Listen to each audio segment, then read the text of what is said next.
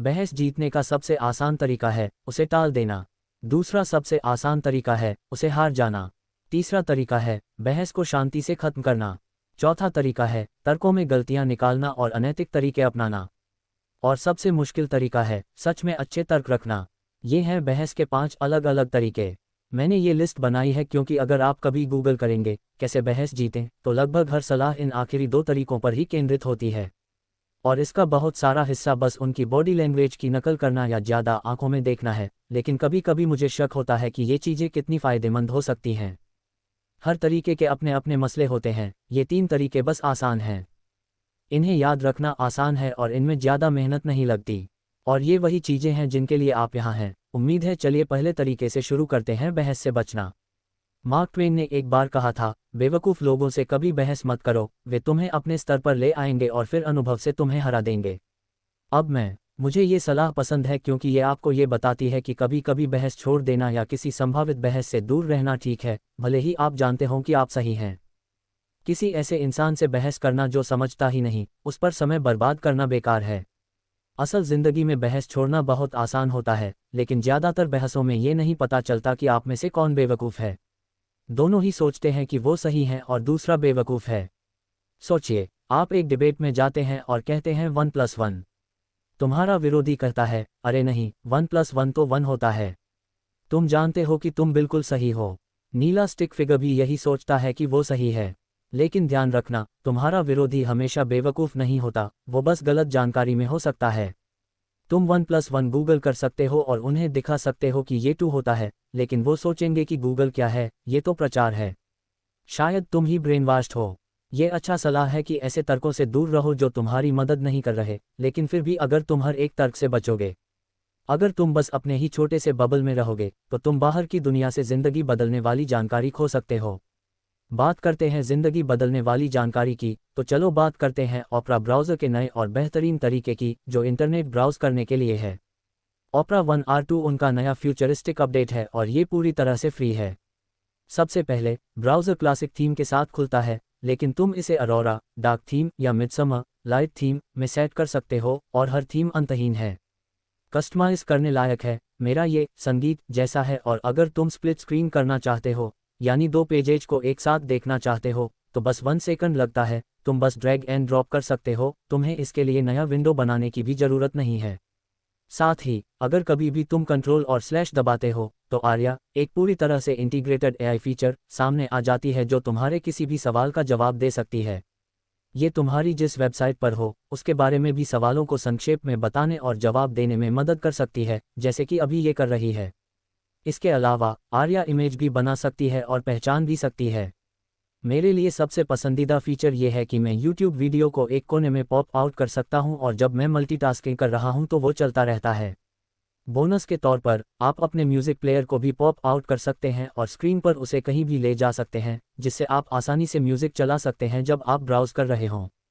Opera में अब tab islands भी हैं, जो आपको संदर्भ के आधार पर टैब को ग्रुप करने की सुविधा देते हैं। आप उन्हें कभी भी संकुचित या विस्तारित कर सकते हैं। टैब ट्रेस भी एक और शानदार फीचर है, अगर आप कभी भूल जाते हैं कि आप कौन सा टैब देख रहे थे। हाल ही में, इसे इस्तेमाल करने पर यह आपके लिए उन्हें अंडरलाइन कर देता है, जहां गहरे रंग वाले वो टैब होते हैं जो आपने हाल ही में इस्तेमाल किए हैं, और ये सब बिल्कुल फ्री है।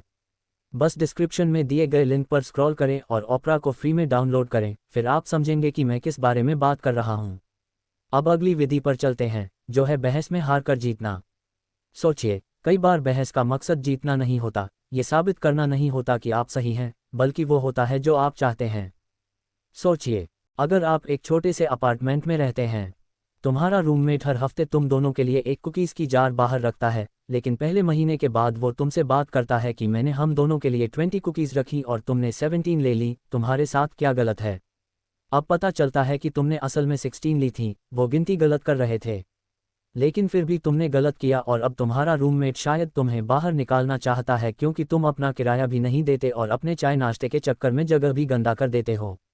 जैसे कि 2016 में हो, और अब तुम एक कुकी जार भी शेयर नहीं कर सकते, तुम इससे बाहर कैसे निकलोगे? तुम्हारे पास यहाँ तथ्य और सबूत नहीं है, क्योंकि ये सब तुम्हारे खिलाफ हैं। इसके बजाय, खुद से पूछो, मैं इस बहस से वास्तव में क्या चाहता हूँ? क्या मुझे सच में ये साबित करने की परवाह है कि मैंने 16 ही लिए, 17 नहीं? क्या मुझे उन्हें यकीन दिलाने की परवाह है कि मैंने कुछ गलत नहीं किया? क्या ये सब इतना महत्वपूर्ण है?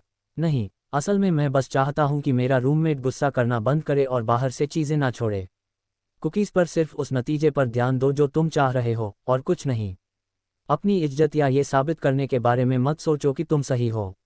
बस उस नतीजे के बारे में सोचो। तुम कह सकते हो, मैंने 17 कुकीज़ खा ली, वाह, ये तो बुरा है। लेकिन वो इतनी अच्छी थी कि मुझे पता ही नहीं चला। मुझे माफ़ कर दो, मैं वादा करता हूँ कि मैं आमतौर पर ऐसा नहीं करता। मैं फिर से ऐसा नहीं करूँगा, और अगर तुम सच में चाहो तो मैं एक अलग जार भी खरीद सकता हूँ ताकि ये फिर से न हो। बेशक, तुम कभी भी अलग जार नहीं खरीदोगे, लेकिन तुम्हारे रूममेट को ये लगेगा कि तुमने सच में गलती की है। यहाँ तक कि आप चीज़ें ठीक करने के लिए अपनी सहूलियत से बाहर जाने के लिए भी तैयार हैं। दरअसल, आपका माफ़ी मांगना इतना अच्छा था कि आपने उन्हें इस बात के लिए बुरा महसूस कराया कि उन्होंने आपको टोक दिया। यह उन हालात पर भी लागू होता है जहां आप सोचते हैं कि आपने कुछ गलत नहीं किया। कभी कभी अपनी बेगुनाही साबित करने की कोशिश करने के बजाय आप बस माफ़ी मांग सकते हैं और बिना हार के बहस जीत सकते हैं। तीसरा तरीका है बहस को हल्का करना। मेरा मतलब है कि बहस को और अच्छा और शांत बनाना और सच में दूसरे व्यक्ति को समझने की कोशिश करना। अगर आप ऐसा करते हैं तो संभावना है कि आप समझ पाएंगे कि तुम और तुम्हारा विपक्षी इतना अलग नहीं हो और तुम बहस को जल्दी खत्म करके सहमति पर पहुंच सकते हो। ये तरीका एक ऐसे आदमी से लिया गया है जो इतिहास में है और जो बहस जीतने में बहुत अच्छा था। उसका नाम था सोक्रेट्स। सोक्रेट्स ने लोगों के साथ सार्वजनिक रूप से बहस की और उसका बड़ा सिद्धांत था कि तुम्हें बहस में इस इरादे से जाना चाहिए कि तुम नए चीज़ें सीख सको, न कि इस इरादे से कि तुम कितने स्मार्ट हो। दरअसल, वो ये कहते हुए मशहूर है कि मैं सिर्फ एक चीज़ जानता हूँ और वो है कि मैं कुछ नहीं जानता। कुछ नहीं, और ये सच में एक अच्छा बिंदु है। ज़्यादातर बार जो जानकारी हमारे पास होती है, हम नहीं जानते कि वो 100% सही है या नहीं। हम बस उस स्रोत पर आंख बंद करके भरोसा कर लेते हैं जिससे हमें जानकारी मिली। मुझे नहीं पता कि ये सच में सुकरात का उद्धरण है या नहीं, मैंने ये एक गूगल इमेज से लिया है। लेकिन अगर सुकरात से आप कुछ भी याद रखें तो वो ये है कि उनके तर्क को गलत मत समझिए और अपने तर्क को भी गलत न समझने दें। लेकिन जब आप किसी के तर्क को समझ लें तो बस उन्हें सीधा ये मत कहिए कि वो गलत हैं, बल्कि छोटे छोटे पहलुओं को समझने की कोशिश करें कि तुम दोनों एक बार में एक बात पर सहमत हो जाओ और फिर मुख्य बिंदु पर सहमत होने के लिए आगे बढ़ो। यही तरीका है जिससे तुम लोगों को चीज़ें समझा सकते हो। तुम छोटी छोटी बातों पर सहमत होकर शुरू करते हो और फिर बड़े मुद्दों की तरफ बढ़ते हो जब तक कि वो अंततः अपना मन नहीं बदल लेते। हालांकि सुकरात का एक और तरीका था जो थोड़ा चिढ़ाने वाला था, जिसे सुकरातिक प्रश्न पूछना कहते हैं। इसमें तुम विरोधी से सवालों की एक अंतहीन श्रृंखला पूछते हो जब तक कि वो परेशान न हो जाएं और कुछ समझा न सकें। और तकनीकी रूप से इस तरीके का सही इस्तेमाल करने का एक तरीका है, लेकिन असल जिंदगी में ऐसा नहीं होता। ज़्यादातर लोग इसे यूज़ करते हैं और बस अपने विरोधी पर बेकार के सवालों की बौछार कर देते हैं जो उन्हें उलझा देते हैं। तुम क्या मतलब समझते हो? मैं क्यों गुस्से में हूँ? तुमने जार से आखिरी कुकी ले ली। अगर मैंने आखिरी कुकी ली तो तुम्हें क्यों बुरा लगता है? मैं उसे चाहती थी। तो क्या ये सच नहीं है कि मैं भी उसे चाहती थी? हाँ, लेकिन वो तुम्हारी 1/8 कुकी थी। ये तो बहुत हो गया। तुम इसे बहुत कैसे मानते हो? तुमने मुझे सिर्फ 2 खाने दिए। मैंने 2 खाई। क्या आपको लगता है कि अगर हम कुकीज़ को बराबर बांटते तो आपको पसंद आता? आधा आधा हो जाता। लेकिन क्या ये सच नहीं है कि सभी संसाधनों को बराबर बांटना जरूरी नहीं है? क्या आपके बॉस सबको एक जैसा वेतन देते हैं या अलग अलग लोगों को उनकी नौकरी के हिसाब से अलग अलग वेतन मिलते हैं? ये तो एक जैसा नहीं है। क्या आप मुझे समझा सकते हैं कि यह एक जैसा क्यों नहीं है? ये चौथे तरीके का एक उदाहरण है जो अनैतिक तरीकों का इस्तेमाल करना है। अगर आप अनैतिक तरीके अपनाने के लिए तैयार हैं तो ज़्यादातर लोग सोचते हैं कि सुकरातियन सवाल पूछना बिल्कुल सही है। आप बस लगातार सवाल पूछते रहें। हर बार जब आपका विरोधी एक अच्छा और समझदारी वाला जवाब देता है तो उसे नज़रअंदाज कर दें और एक और सवाल पूछें। इंटरनेट पर कई गाइड्स हैं जो आपको अनैतिक तरीके से बहस जीतने के बारे में बताती हैं, और इनमें से ज़्यादातर आपको गलत तर्कों का इस्तेमाल करने के लिए कहती हैं, यानी खराब लॉजिक, और फिर उम्मीद करती हैं कि आपका विरोधी इसे नहीं देखेगा। कुछ अन्य गाइड्स आपको ये भी कह सकती हैं कि बस वहीं बैठें और इंतजार करें कि आपका विरोधी गलती करे ताकि आप बीच में बोल सकें। यार, क्या तुम सच में मेरे खिलाफ एक व्यक्तिगत आरोप वाली गलती कर रहे हो? इतना करते करते तुम्हें समझ आ जाएगा कि तुम्हारा विरोधी इस बात से बेपरवाह है कि तुम लैटिन में हर गलती का नाम ले सकते हो। मैं तो सीधा तरीका अपनाता हूँ और अपने तर्क एक पुराने कार्टून से बनाता हूँ जो स्कॉट मेयर का है। एक बहस जीतने के लिए सबसे पहले अपनी लड़ाइयाँ चुनो। ऐसा विषय चुनो जिस पर किसी की खास राय ना हो या जिस पर किसी ने ज़्यादा सोचा ना हो। ऐसे दावे करो जो इतने बेतुके हों कि तुम्हारा विरोधी हैरानी में बस हक्का बक्का रह जाए। अपने दावे को खारिज करो और उन्हें अपनी बात साबित करने पर मजबूर करो, बिना किसी शक के। जब वो इसे तुम्हारी बात का सबूत नहीं मान पाते, भले ही तुम बहस हार जाओ, लेकिन देखो कि तुम जीत गए। अगर तुम वाकई उन्नत तकनीकों में जाना चाहते हो, तो आर्थर शोपेनहावर ने एक बार एक व्यंग्यात्मक निबंध लिखा था, जिसमें बताया गया था कि ज़्यादातर बहसें असल में कैसे जीती जाती हैं। मैं इन सभी तरीकों को जल्दी जल्दी बताऊंगा, ताकि अगर इनमें से कोई तुम्हारे लिए उपयोगी हो तो तुम उसे अपनाओ।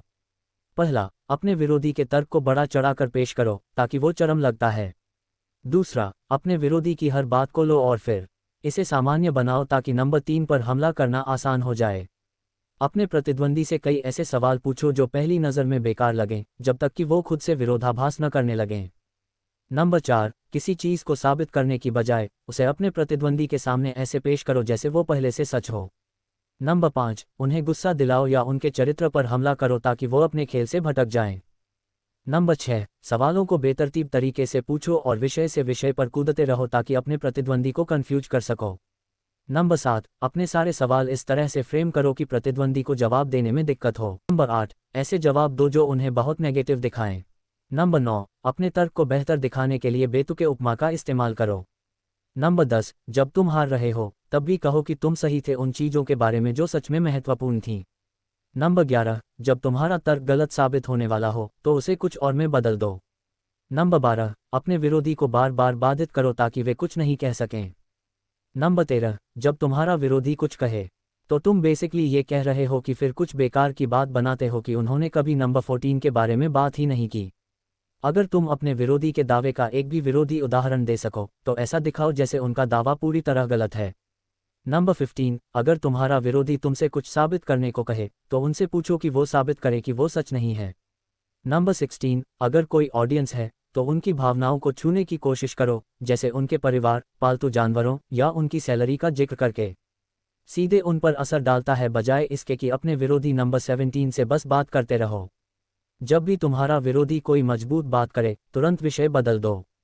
नंबर 18, किसी विशेषज्ञ या ऑटोरिदाद फिगर से झूठे उद्धरण बनाकर अपने तर्क को समर्थन देने की कोशिश कर। नंबर 19, किसी भी विषय पर बात करने से बचो बस ये कहकर कि मैं इस मामले में विशेषज्ञ नहीं हूं। नंबर 20, अपने विरोधी के दावे को किसी ऐसी चीज से जोड़ दो जो सबको नापसंद हो, भले ही वो सही संबंध न हो।